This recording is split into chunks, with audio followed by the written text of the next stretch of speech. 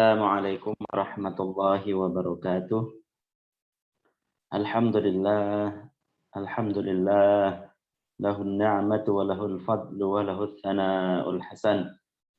Wa salawatullahil barrir rahim wal malaikatil muqarrabin ala sayyidil mursalin Muhammadin wa ala alihi wa sahbihi at-tayyibin at-tahirin.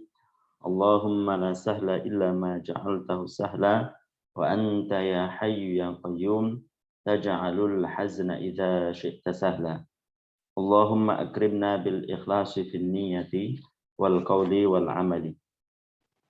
Para jamaah yang dirahmati oleh Allah Subhanahu wa taala, patutlah kita bersyukur kepada Allah karena pada sore hari ini Allah taala masih memberikan pertolongan kepada kita sehingga kita masih bisa mengikuti kajian ini, kajian ilmu yang daruri dengan rutin dalam keadaan sehat wal afiat.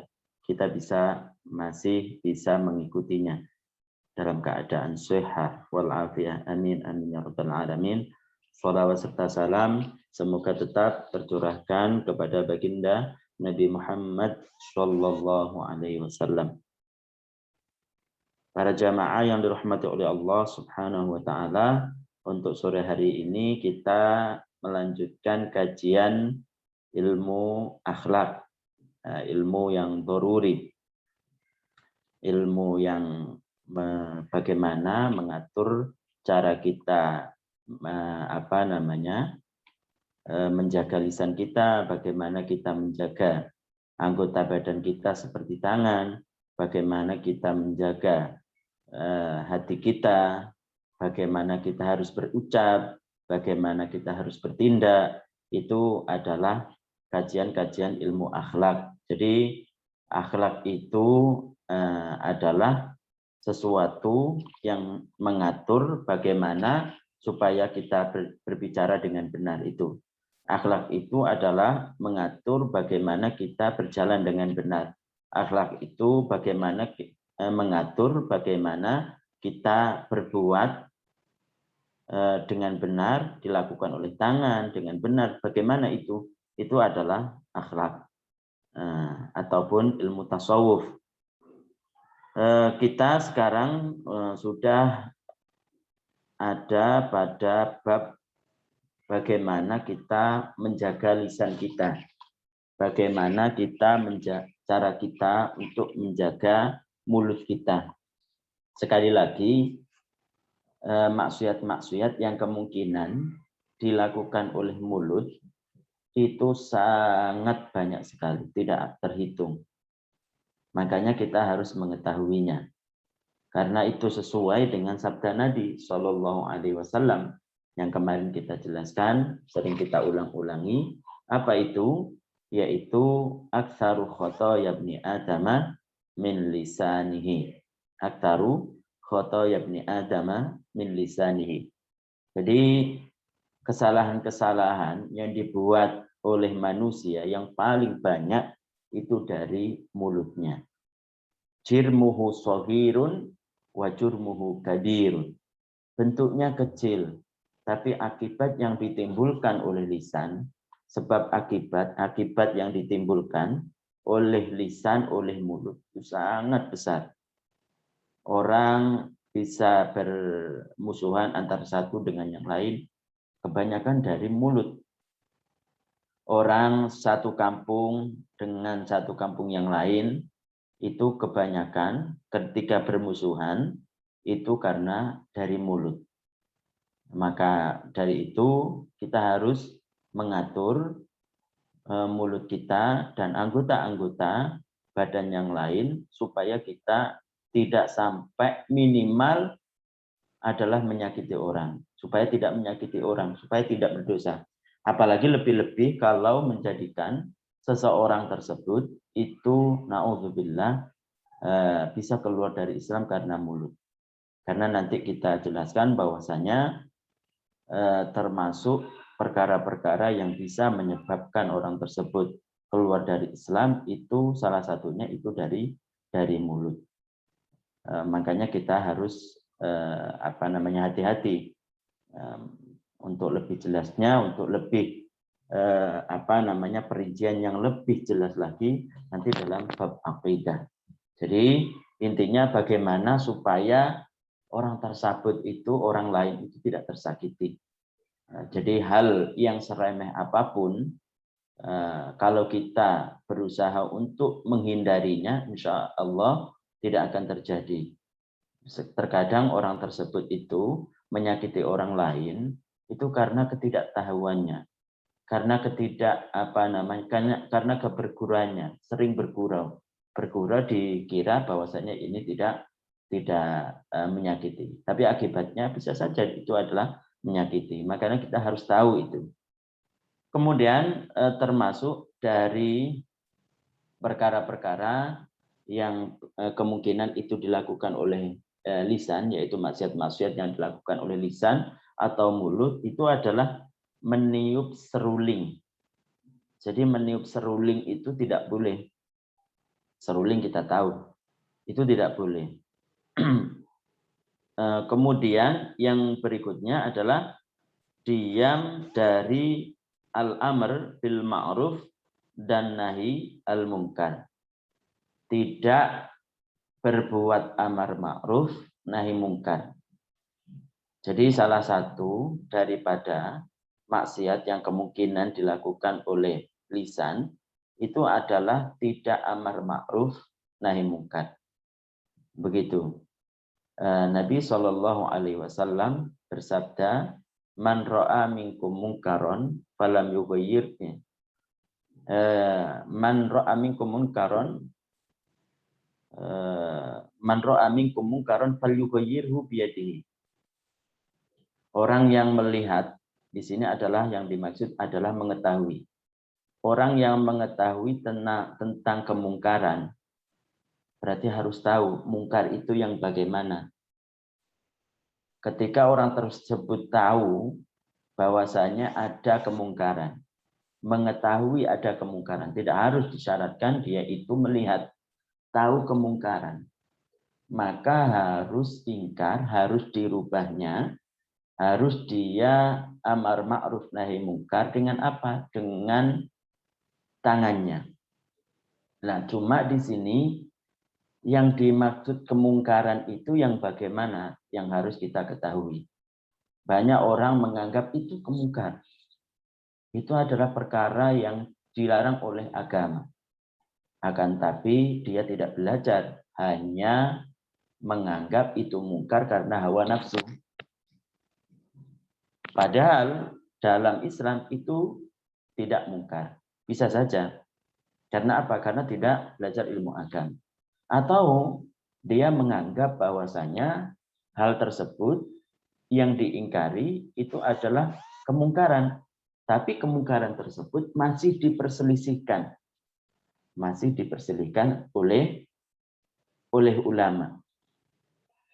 Karena syarat kita ingkar terhadap kemungkaran, kita menganggap bahwasanya itu mungkar, kemudian kita ingkar, artinya kita menasehati kepada orang tersebut, pertama dengan mulut, dengan dinasehati, dengan cara-cara yang lembut, itu kita harus tahu bahwasanya kemungkaran tersebut memang disepakati oleh para ulama tentang kemungkarannya. Itu kaidah pertama ketika kita ingkar. Kita ingkar dengan lisan, dengan mulut, ataupun dengan tangan. Dengan lisan artinya kita bisa menasihati amar ma'ruf, begitu caranya. Nanti kita jelaskan bagaimana kalau itu dengan tangan. Jadi man ra'a minkum munkaran falyughayyirhu biyadihi. Yang pertama adalah dengan tangan. Jadi pertama dengan tangan maksudnya. Kemudian fa in lam yastati' fa bilisani. Kalau tidak mampu maka dengan mulutnya. Saya ulangi lagi tentang hadis tersebut. Man ra'a minkum munkaran falyughayyirhu biyadihi. Pertama adalah ketika ada orang ingin amar ma'ruf nahi munkar, ingin ingkar tentang kemaksiatan, maka jalan yang pertama itu dengan tangannya. Nah, cuma di sini yang harus digarisbawahi pertama, apakah kemungkaran tersebut memang disepakati oleh para ulama atau tidak. Disepakati oleh para ulama atau tidak. Yang dimaksud ulama di sini siapa? Yang dimaksud ulama di sini adalah mujtahid. Seperti Imam Syafi'i, seperti Imam Malik, seperti Imam Ahmad ibn Hanbal, Abu Hanifah, Al-Imam Auza'i, dan lain sebagainya. Itu yang dimaksud di sini. Apakah kemungkaran tersebut itu disepakati oleh mereka? Seperti apa? Minum arak. Minum arak semuanya orang tahu bahwasanya itu adalah haram. Karena berdasarkan Al-Quran semua sepakat. Tidak ada khilaf di antara ulama. Ada orang yang minum arak. Maka apa? Bagaimana caranya? Yaitu ingkar dengan tangannya. Ingkar dengan tangannya. Bagaimana caranya? Bukan dia itu dengan memecah perkara yang masih bermanfaat. Jadi caranya adalah kita datang kepada orang tersebut, kemudian ingkarnya kalau tahu bahwasanya dengan kita ingkar itu, dengan kita berbuat terhadap untuk mengingkari kemungkaran tersebut, maka maksudnya itu tercapai. Bukan mendatangkan sesuatu yang lebih parah. Jadi ketika orang tersebut tahu ada orang minum arak, contoh minum arak. Kemudian apa? Kita datangin, kemudian caranya apa? Karena kita adalah orang yang dianggap, orang yang disegani oleh anak-anak pemuda-pemuda biasanya yang minum arak tersebut, tahu bahwasanya kalau kita datangin, kemudian kita ingkar kemungkaran, maka anak-anak tersebut itu akan jerah, akan menyudahinya dari kemungkaran. Dengan cara apa kita itu? Dengan cara kita buang araknya. Kita tuangkan araknya tersebut. Kita tuangkan araknya tersebut, kita buang araknya. Caranya begitu, bukan dengan memecah botolnya. Bukan botolnya itu dipecah. Kenapa?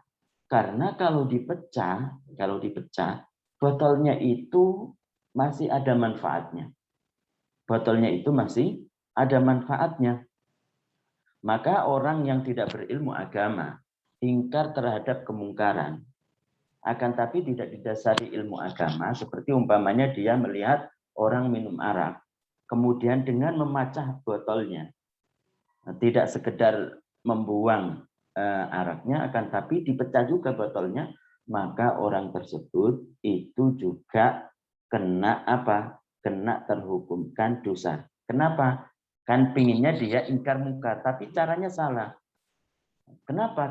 Karena dalam ilmu agama, selama sesuatu itu bisa dimanfaatkan, itu bernilai harta, haram hukumnya untuk menyia-nyiakan, termasuk botol tersebut. Botol tersebut itu masih bisa digunakan untuk wadah, air, dan lain sebagainya. Bisa dicuci, kemudian habis itu kita digunakan untuk air, bisa. Seperti itu, tapi dipecah maka dia juga maksudnya untuk ingkar terhadap kemungkaran, karena tidak didasari dengan ilmu agama, jadinya dia berdosa. Kenapa? Karena idha'atul mal, karena menyia-nyiakan harta. Hartanya berupa apa? Berupa botol tersebut. Berupa botol yang masih bisa memanfaatkan. Seharusnya caranya bagaimana? Caranya adalah dituangkan, dibuang. Kalau tahu dengan perbuatan tersebut, orang yang kita ingkari tersebut itu akan jerah, akan berhenti dari perbuatan maksiat, atau minimal tidak terang-terangan. Itu yang pertama, yaitu apa? Kita ingkar terhadap perbuatan yang maksiat yang dianggap oleh para ulama bahwasanya itu adalah mungkar. Disepakati oleh para ulama bahwasanya itu mungkar dengan cara yang bijak, dengan cara yang berilmu. Itu tadi, seperti itu tadi. Jadi man ra'a minkum mungkaron falyughayyirhu biyadihi. Orang yang tahu tentang kemungkaran, maka hendaknya dia rubah, dia ingkar dengan tangannya. Caranya begitu. Kalau itu arak, contoh kecil. Kalau itu arak dikasihkan atau diwadahi botol, maka dengan menuangkan arak tersebut jangan sampai dipecah botolnya. Kenapa? Karena itu masih nilai harta, mempunyai nilai harta, masih berharga. masih berharga. Kalau berharga kita pecahkan, kita sia-siakan, itu dalam agama tidak boleh. Itu dalam agama tidak boleh, haram. Nah, itu ingat, itu dengan ilmu. Nah, kalau orang didasari dengan ilmu agama, hasil maksudnya akan tercapai. Jadi keinginan itu akan tercapai, yaitu ingkar sesuai dengan apa yang diajarkan oleh Nabi Shallallahu Alaihi Wasallam. Tapi kalau tidak didasari dengan ilmu agama, hawa nafsu yang ia keluarkan, hawa nafsu yang ia kedepankan, bukannya dia itu mendapatkan pahala dengan ingkar dari kemaksiatan, akan tapi dia mendapatkan dosa. Seharusnya begitu, seharusnya berilmu dulu. Ya, jadi ringkasannya bahwasanya ketika orang tersebut ingkar terhadap kemungkaran, pertama bahwasanya kemungkaran itu adalah sesuatu yang telah disepakati kemungkarannya oleh para ulama. Tidak sesuatu yang diperselisihkan. Tidak sesuatu yang diperselisihkan. Bagaimana orang tersebut tahu? Oh, ini kemungkaran adalah kemungkaran yang disepakati oleh para ulama. Ini kemungkaran adalah masih diperselisihkan oleh para ulama. Bagaimana? Coba, apakah dengan akal kita? Kan enggak. Tapi dengan apa? Dengan belajar. Dengan kita bertanya pada guru yang terpercaya. Itu. Jadi itu yang pertama. Jadi kaidahnya orang amar ma'ruf nahi mungkar, pertamanya ketika dia melihat kemungkaran atau mengetahui kemungkaran dan diingkar, caranya dengan itu. Cara ingkarnya begitu. Kemudian yang berikutnya adalah kemungkaran tersebut itu adalah kemungkaran yang telah disepakati oleh para ulama. Arak jelas, karena dalam Al-Quran dijelaskan bahwasanya arak, judi, dan lain sebagainya adalah sesuatu yang diharamkan dalam agama. Semua mengatakan begitu. Tapi kalau perkara mungkar itu adalah sesuatu yang masih diperdebatkan oleh para ulama, tidak bisa kita langsung ingkar begitu, kecuali orang yang kita ingkari itu meyakini bahwasanya itu adalah kemungkaran menurut mazhabnya. Kayak seperti apa? Kayak seperti aurat bagi laki-laki. Aurat bagi laki-laki itu kan di antara pusar dan lutut. Menurut siapa? Menurut mazhab Syafi'i. Aurat bagi laki-laki itu di antara pusar dan lutut. Menurut siapa? Syafi'i. Tapi kalau menurut imam lain, paha itu tidak termasuk aurat. Artinya ketika ada seseorang jalan-jalan laki-laki, di depan mazhab Syafi'i, kemudian dia membuka pahanya, kemudian dia langsung ingkar, haram, ini adalah haram, berdosa kamu. Itu tidak boleh seperti itu, tidak boleh. Kenapa? Karena menurut imam lain selain Syafi'i, yaitu Imam Malik, paha itu adalah bukan aurat bagi laki-laki loh. Bagi laki-laki itu bukan aurat. Akan tetapi kita katakan kepada orang tersebut bahwasanya lebih baik kamu itu menutup paha kamu. Kenapa? Kalau kamu keluar dari perselisihan para ulama, itu adalah perkara yang disunnahkan. Artinya, kalau kamu mengikuti mazhab Syafi'i yang mengatakan bahwasanya aurat laki-laki itu di antara pusar dan lutut, dengan kamu menutupi pusar dan lutut, menutupi paha kamu, itu menurut mazhab Syafi'i itu juga adalah sesuatu yang baik, yang dianjurkan. Menurut Imam Malik juga dianjurkan karena itu keluar dari perselisihan. Tapi kalau kamu hanya menutupi dua kemaluan, pahanya itu masih kelihatan, menurut Syafi'iyah itu tidak cukup. Tapi menurut mazhab lain cukup. Nah, jadi kita katakan kepada dia tidak langsung membentak-bentak, tidak langsung mengatakan bahwasanya haram begini, tidak begitu. Kita harus apa? Kita katakan kepada orang tersebut, lebih baik kamu itu menutupi paha kamu. Karena apa? Karena kamu akan keluar dari perselisihan para ulama. Karena kalau kamu menutupi pusar dan lutut kamu, menurut Syafi'iyah juga bisa, apalagi menurut Malikiyah. Nah, itu harus tahu ilmunya. Harus tahu tata cara bagaimana ingkar dengan kemungkaran. Harus tahu. Jadi tidak bisa kita itu menganggap bahwasanya itu kemungkaran menurut akal kita. Sedangkan kita tidak pernah belajar. Apalagi hanya sekedar ikut-ikutan. Ikut-ikutan di TV, ikut-ikutan di radio, ikut-ikutan diajarkan kepada orang untuk ingkar terhadap kemungkaran. Sedangkan orang yang ngajak itu sendiri tidak tahu. Ini sudah disepakati oleh para ulama atau tidak. Umpamanya contoh. Jadi sekali lagi untuk kita itu berbuat sesuatu butuh dengan ilmu agama. Setiap gerak-gerik kita, setiap keyakinan kita, setiap pendengaran kita, perbuatan kita akan dipertanggungjawabkan. Makanya kalau kita tidak didasari dengan ilmu agama, takutnya nanti sesuatu yang menurut hawa nafsu kita itu adalah sesuatu yang mungkar, yang harus diingkari, tapi menurut agama tidak seperti itu. Tapi menurut agama tidak seperti itu. Ya, jadi begitu. Sekali lagi bahwasanya ketika orang tersebut ingkar terhadap kemungkaran, maka dengan cara yaitu man ra'a minkum mungkaron falyughayyirhu biyadihi. Jadi rubahlah, ingkarlah dengan tangannya. Caranya begitu, caranya dengan menuangkan airnya tersebut, kemudian kita ambil botolnya, kita cuci, kemudian kita bisa memanfaatkannya. Jangan malah semuanya dihancurkan. Jangan malah semuanya dihancurkan. Itu caranya begitu. Kan masih bisa dimanfaatkan. Masih bisa dimanfaatkan. Jadi kaidah pertama adalah ketika kita ingkar terhadap kemungkaran itu adalah sesuatu yang sudah disepakati oleh para ulama tentang kemungkarannya, tentang keharamannya. Kemudian yang berikutnya adalah sesuatu tersebut itu adalah kaidah yang kedua, itu adalah sesuatu yang kita ingkari, kita ingkar dengan orang tersebut, maka ada keyakinan ataupun tidak akan mendatangkan kemungkaran yang lebih besar. Tidak mendatangkan kemungkaran yang lebih besar. Ketika seseorang umpamanya tahu ada seseorang, ketika ada seseorang umpamanya si A tahu bahwasanya si B ini adalah berbuat dosa besar,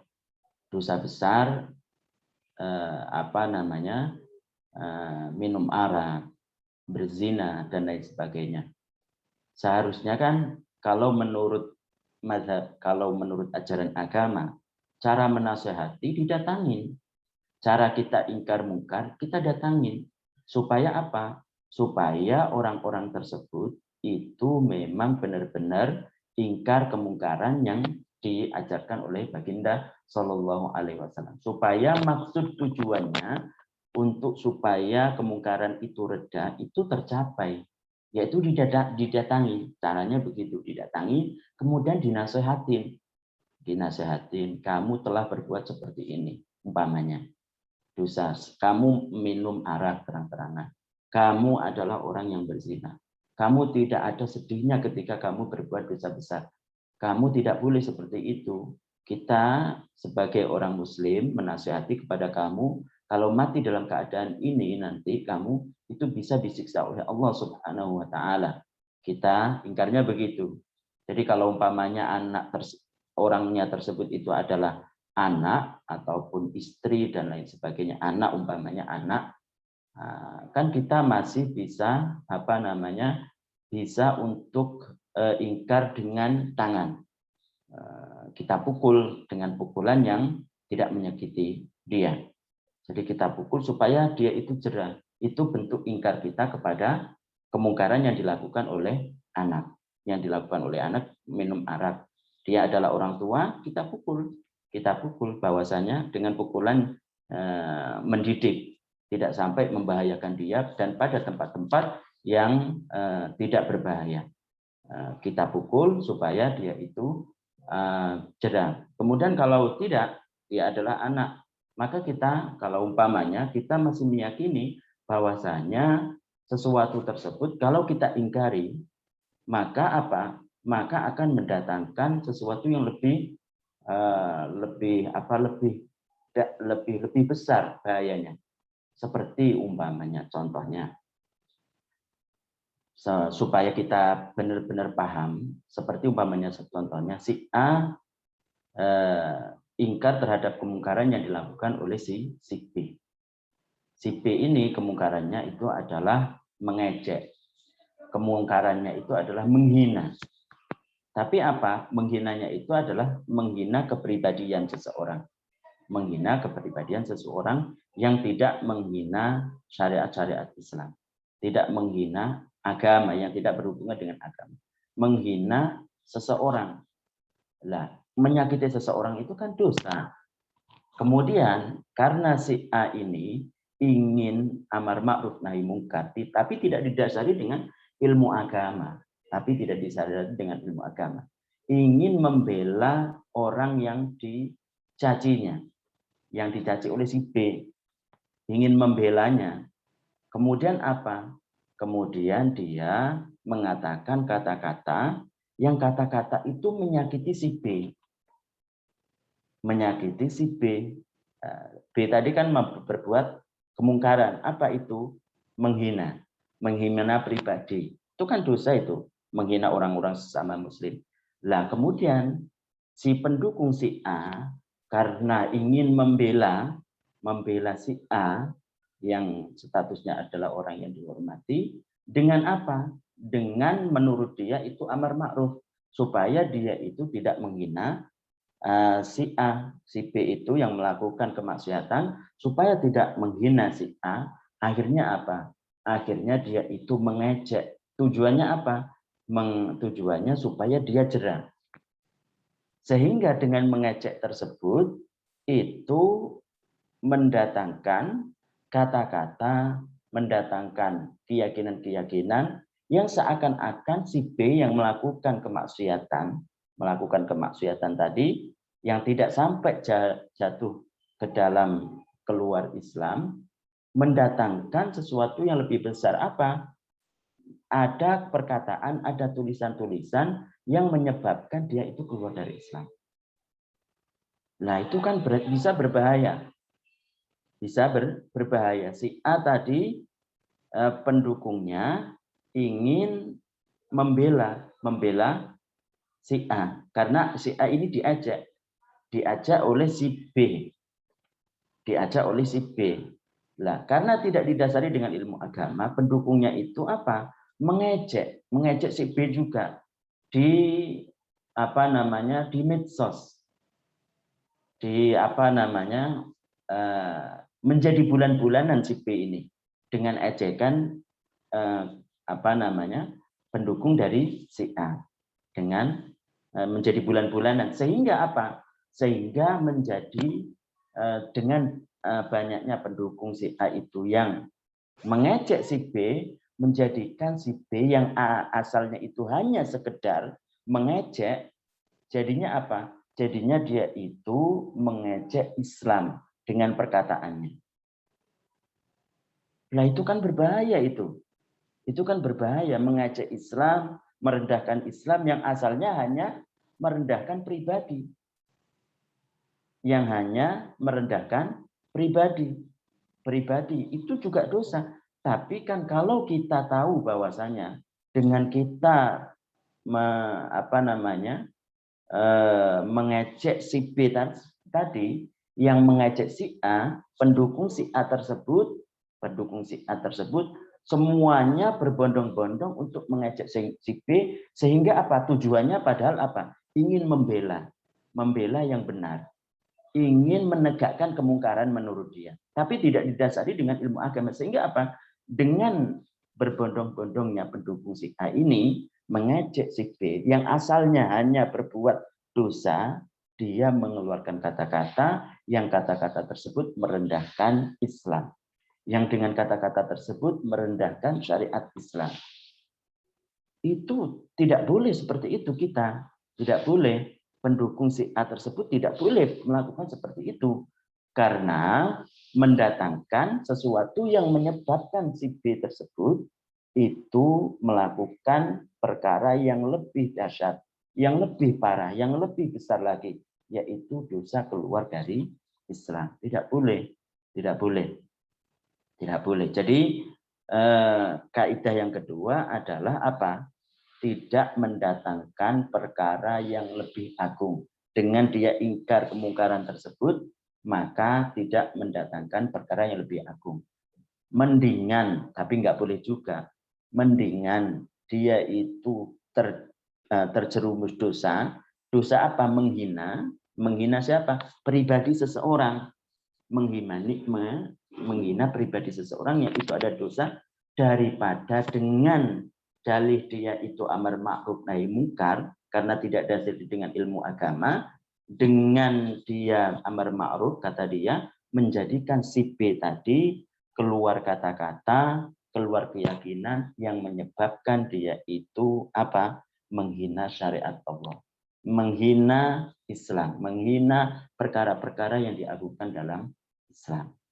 Itu harus harus diketahui seperti itu. Harus tahu. Seharusnya kan ketika kita itu amar ma'ruf nahi mungkar, itu apa? Dengan tangan. Kalau dia anaknya, maka kita pukul sekira pukulan tersebut membuat dia itu jerah. Kalau tidak bisa meyakini bahwasanya kalau si anak tersebut itu bahkan akan merajalela untuk berbuat kemaksiatan, ya udah kita nasihatin, nasihatin.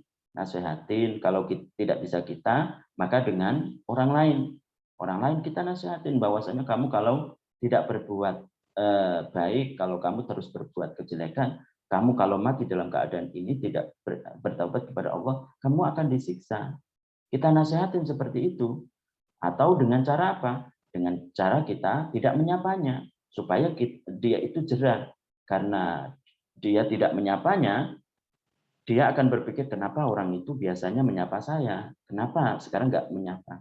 Nah, tujuannya apa tidak menyapa? Tidak ngajak ngobrol, supaya dia itu berpikir bahwasanya apa yang ia lakukan itu salah. Seperti minum arak umpamanya. Itu boleh. Jadi dari yang pertama dengan tangan bisa mukul kalau itu adalah anak. Kalau itu adalah anak. Karena kita ada dalam bab mendidik anak itu apa? Yaitu salah satunya kalau tidak jerah terhadap apa yang ia lakukan dan bisa jerah dengan memukul, maka kita bisa memukul sekira pukulan itu adalah pukulan yang mendidik. Pukulan itu adalah yang mendidik. Kalau tidak, maka kita beralih dengan lisan. Fa'ilam yastati falyughayyirhu bilisanihi. Kalau tidak mampu, maka dengan mulutnya, dengan dinasehati dan lain sebagainya. Dengan dinasehatin bahwasanya ini tidak boleh. Maka kalau sudah kita nasehatin, kemudian masih saja, bahkan akan lebih menjadikan dia itu melakukan dosa-dosa yang lebih besar daripada itu, yaitu keluar dari Islam. Maka ya tidak ada jalan lain kecuali kita itu apa? Ingkar dengan hati. Ingkar dengan hati. Sekarang itu banyak orang-orang yang ingkar kemungkaran, akan tapi tidak didasari dengan ilmu agama. Tidak didasari dengan ilmu agama. Sehingga kemudaratan yang menurut dia itu ingkar terhadap kemungkaran, itu lebih besar daripada kemanfaatannya. Sehingga kemudaratan terhadap agama itu lebih besar daripada kemanfaatannya. Kenapa? Karena ingkar terhadap kemungkaran itu tidak didasari dengan ilmu agama. Kalau didasari dengan ilmu agama, tahu cara bagaimana dia ingkar kemungkaran, seperti yang kita jelaskan tadi, tentunya dia itu tidak akan seperti itu. Tentunya dia itu mungkin akan menerima, seperti umpamanya kita datangi kepada orang itu dengan sembunyi-sembunyi. Barangkali ketika dia diingatkan di muka umum, dia malu. Mungkin aja begitu. Kita datangin bahwasanya perbuatan kamu itu tidak boleh dalam agama. Tidak boleh. Kalau sampai seperti itu, kamu terus-menerus berbuat kemungkaran, maka nanti saya umumkan kepada orang-orang untuk menjauhi kamu. Begitu. Bukan malah kita itu hawa nafsunya yang dikedepankan.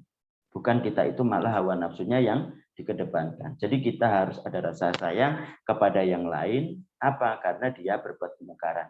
Kalau dia terus begitu, maka dia juga akan berdosa. Kita pun kalau tidak ingkar juga akan berdosa. Jadi sekali lagi harus dengan ilmu agama.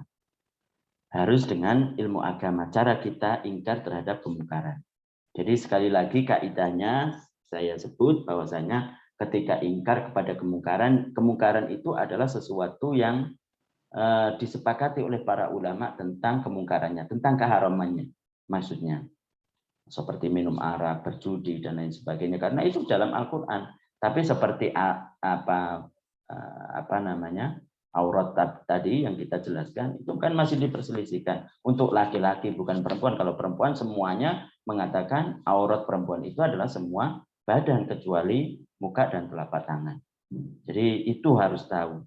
Kemudian yang kedua, kaidah yang kedua adalah ketika kita ingkar terhadap orang tersebut dengan cara bagaimanapun dengan yang dituntun oleh Nabi, yaitu kalau yang pertama dengan tangan tidak bisa, malah akan menyebabkan mudarat yang lebih besar lagi, seperti umpamanya mencaci maki Allah, mencaci syariat Islam, umpamanya kita nasihatin.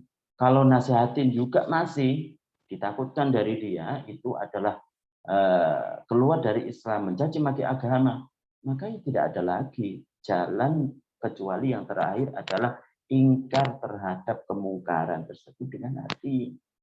Ingkar kemungkaran tersebut dengan hati. Maka dari hati ini wadzalika adaful iman. Wadzalika adaful iman. Jadi itu adalah batas minimal yang bisa kita lakukan supaya kita terhindar dari maksiat. Karena kalau orang tersebut itu melihat kemungkaran tidak dengan ini, tidak dengan yang pertama adalah dengan tangannya, kemudian tidak melalui lisannya, langsung dengan hati, tidak melalui kedua ini, maka tidak akan selamat orang itu dari kemaksiatan. Tahu bahwasanya ada orang melakukan kemungkaran.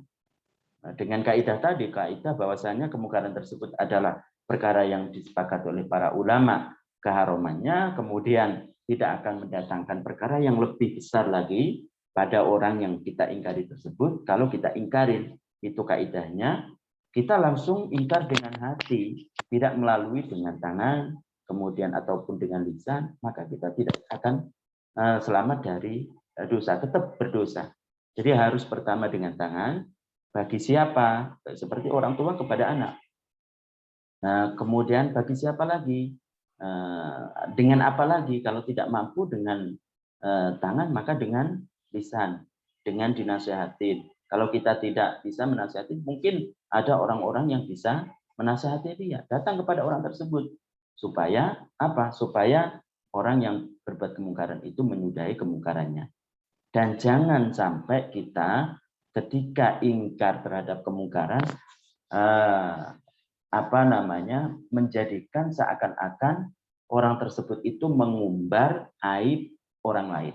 Itu. Makanya caranya bagaimana? Kita datangin dengan baik-baik. Jangan langsung diumumkan bahwasanya oh si fulan ini adalah orang yang berbuat begini tanpa melalui prosedur seperti yang telah kita jelaskan tadi. Jadi caranya begitu. Maka kalau semuanya sudah dilalui, semuanya dilakukan masih saja, maka nanti tidak ada lagi kecuali kita itu ingkar dengan hati. Kita tidak senang terhadap apa yang ia lakukan. Kita sudah menunjukkan kepada dia tentang perkara yang benar, tapi hidayah Allah belum sampai kepadanya. Jangan seakan-akan kita yang harus merubahnya. Itu tidak boleh.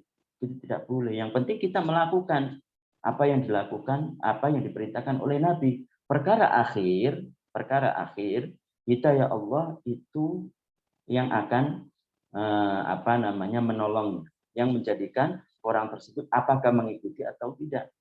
Jadi itu kita serahkan kepada Allah Subhanahu wa taala. Jangan sampai ada anggapan kita harus bisa merubahnya. Kita harus seakan-akan lupa bahwasanya kita itu hanya melaksanakannya. Kita itu hanya berusaha untuk supaya orang itu berubah. Tapi titik akhir itu hidayah Allah. Nanti kita serahkan kepada Allah Subhanahu wa taala, karena hanyalah Allah Subhanahu wa taala yang menciptakan hidayah, yang menciptakan pertolongan untuk berbuat taat kepada dia. Kita hanya bisa sedih terhadap apa yang dilakukan orang tersebut. Kenapa tidak sadar-sadar begitu? Karena sudah melalui dengan tangan, dengan lisan, sudah melakukan. Tapi hidayah Allah belum menghampirinya, belum datang kepadanya. Jangankan kita, Nabi Shallallahu Alaihi Wasallam, Nabi Shallallahu Alaihi Wasallam itu mengingatkan kepada kerabatnya, kerabat terdekat yang membantu dakwahnya, supaya apa? Supaya masuk Islam, sudah masuk Islam. Nabi sangat menginginkan orang tersebut untuk masuk Islam. Tapi terakhir apa? Allah Subhanahu wa taala perlu memberikan hidayah kepadanya. Sehingga apa? Sehingga orang tersebut, orang yang selama hidupnya menolong dia, mati dalam keadaan bukan Islam. Bukan Islam. Artinya kita hanya bisa melaksanakan sesuai dengan tuntunan baginda Nabi Shallallahu Alaihi Wasallam dengan cara-cara tadi. Titik akhir kita serahkan kepada Allah. Jangan sampai ada hati kita dalam keyakinan kita ketika ingkar terhadap kemungkaran, kita harus merubahnya. Lupa bahwasanya kita hanya menjalankan sesuai yang dituntutkan oleh Nabi. Masalah hidayah, dia ikut dengan kita atau tidak, itu diserahkan kepada Allah Subhanahu wa taala. Itu. Makanya kita harus memang benar-benar tahu bagaimana cara ingkar kepada kemungkaran. Amar ma'ruf nahi mungkar. Mungkin itu saja yang bisa kita sampaikan untuk hari ini. Semoga bermanfaat bagi kita semua. Semoga kita dalam lindungan Allah Subhanahu wa taala. Amin amin ya rabbal alamin. Mungkin untuk saat ini tidak ada sesi pertanyaannya karena lain hal.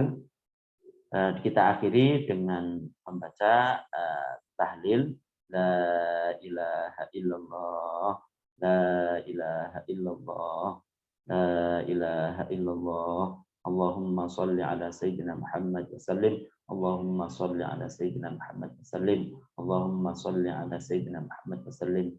Rabbi ighfirli wa liwalidayya wa lil mu'minina wal mu'minat. Rabbi ighfirli wa liwalidayya wal mu'minina wal mu'minat. Rabbi ighfirli wa liwalidayya wal mu'minat.